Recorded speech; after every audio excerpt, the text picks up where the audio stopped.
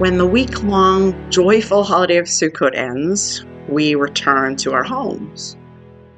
Let's stop right there. I mean, literally, there's another holiday, one that is connected to Sukkot, but a separate holiday in its own right. And that's what makes Shmini Atzeret, literally the 8th day of assembly or the 8th of stopping, a little bit confusing for us. It's definitely not Sukkot.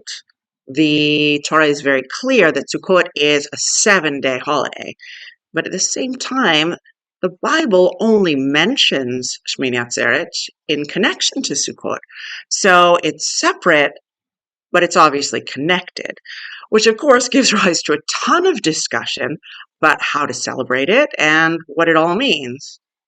One of my favorite interpretations of this connection comes from the Talmud, based on the very noticeable differences that the Torah calls for in terms of sacrifices, the sacrifices to be brought on Sukkot, and the sacrifices to be brought on Shmini Atzeret. In chapter 29 of Numbers, we read that on each day of Sukkot, we offer bulls on the altar, 13 on the first day, 12 on the second, 11 on the third, and so forth, until we offer 7 bulls on the 7th day. But suddenly, for Shmini Atzeret, we're commanded to bring only 1 bull. So this helps us, first of all, to see that Shmini Atzeret is a holiday separate from Sukkot. But then, what's the connection? Well, we begin with a little bit of math. If we add up all of those bull sacrifices from each day of Sukkot, so 13 on the first day, 12 on the second, 11 on the third, we get to a total number of 70. In the Gemara, Rabbi Elazar explains that the 70 bulls offered over Sukkot correspond to the 70 nations of the world, with 1 bull offered on behalf of each nation. And this is connected to the idea of Sukkot as a universal holiday. In fact, Zechariah chapter 14 prophesies that one day all of the nations of the world will go up to Jerusalem to celebrate Sukkot.